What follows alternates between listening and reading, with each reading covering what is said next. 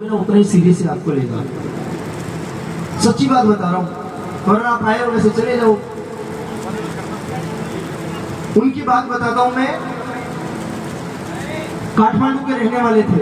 1 साल बाद में वापस खाटू आए और आकर पूछा मेरे बारे में कि भाई वो भजन गाने वाला लड़का कहाँ रहता है। और बाबा की कृपा से नसीब से मैं उनको मित्र मंडल के जस्ट सामने मिल गया। वो दीदी आप जा रहे हैं, आप प्लीज चले जाइए, आप जा रहे हैं तो आप चले जाइए। और मेरे कहने से कोई रुक गया, क्या पता बाबा का कोई आदेश हो, बाबा को कुछ देकर भेजने वाला, और मेरी बोली से अगर किसी को मिल गया, कोई रुक गया, तो क्या पता झूलिया बन जाए। और ताली बजाओ तो जोरदार बजाया करो, ऐसे मत देखा करो। श्याम बाबा का कीर्तन, मेरे को तो लगा था कि गुड़गांव में इतने कीर्तन होते हैं, श्याम बाबा साक्षात भक्तों की सुनता है, साक्षात बाबा दरबार में बैठता है। मैं इतनी देर से ये सोच रहा था कि मैं बोलूं कि नहीं बोलूं, वरना मेरे को भी 1000 बातें आती है। मैं एक बात बोलूंगा, आप सब लोग खड़े होकर नाचोगे, आप सब लोग खड़े होकर झूमने लगोगे। एक बार बोलूंगा, आप सब लोग तालियां बजाने लगोगे। लेकिन मैं देख रहा था कि शाम के प्रेमी बैठे हैं या दर्शक बैठे हैं। देखिए, दर्शक में और शाम के प्रेमियों में डिफरेंस होता है। उन्होंने कहा, बोला अजहर भाई कैसी शाम, तो हमने भी बड़े प्रेम से कहा, जरा जोर से बोलो, जरा प्रेम से बोलो, मेरे से कहा भैया एक पिछले 7 साल से एक प्रॉपर्टी पे डिस्प्यूट चल रहा था। जितनी मर्जी कोशिश करनी थी कर ली, जितनी मन्नतें लगानी थी लगा ली, लेकिन जैसे ही वापस गया, ये भाव का भूखा है। ये मत समझ लेना कि 56 भोग चढ़ा लेंगे या सोने का मुकुट चढ़ा देंगे तो श्याम बाबा को रिश्वत देकर इसे अपना बना लेंगे, ऐसा नहीं है। ये भाव का भूखा है साहब।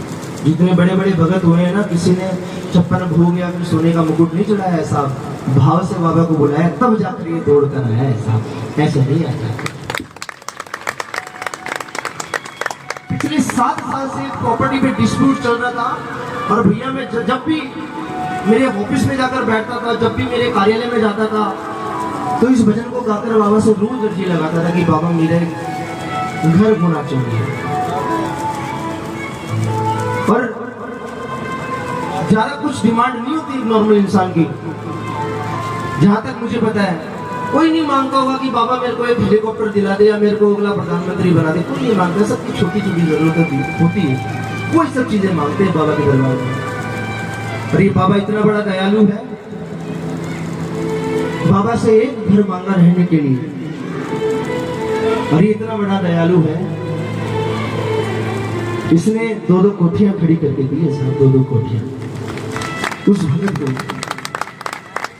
जिस किसी प्रेमी की ऐसी इच्छा हो, जिस किसी की ऐसी अर्जी हो, ये मेरा विश्वास है, पहली बार आया हूं और मैं गारंटी देता हूं इस बात की, इतने प्रेमी बैठे हैं ना, किसी न किसी की कोई ना कोई अर्जी होगी, जिसमें से ये अर्जी जिसकी भी है ना, और जिसने दिल से आज बाबा को गाकर रिझा दिया और गाकर सुना दिया, तो अगली बार खाटू में आप भी उस इंसान के जैसे मुझे एक बार जरूर याद करोगे कि वो भजन गाने वाले लड़का का है साहब। निवेदन इतना रहेगा, जिसको जाना है, जिसको तकलीफ है, कोई दिक्कत नहीं, चले जाइए, लेकिन भजन के बीच में छोड़कर मत जाना, सभी से मिलेंगे।